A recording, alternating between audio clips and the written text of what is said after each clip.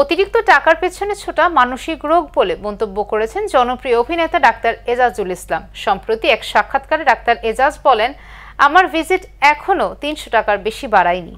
চলো দুইজন মিলে ভাগ্যে যাই, আমরা আগে ভাগ্যে যাই, পরে প্রেম করুন। আমার স্টাফরা আমাকে বলল, আপনার জুনিয়র ডাক্তাররা আপনার চেয়ে বেশি ফিজ নেয়, আপনি তো আরো বিশেষজ্ঞ, এত কম ফিজ নিলে তো মানুষ সন্দেহ করবে, মান সম্মান থাকবে না। এজাজ বলেন, এরপর যখন ৫০০ টাকা ফিজ নেওয়া শুরু করলাম তখন আমার মনে হলো যে ওদের ৫০০ টাকা দিতে কষ্ট হচ্ছে।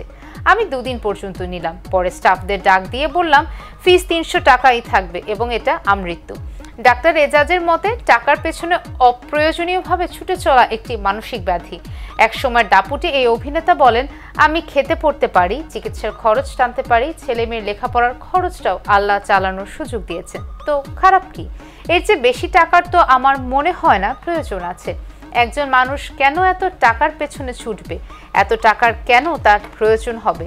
আমি মনে করি অকারণে টাকা উপার্জন করাটা একটা মানসিক রোগ।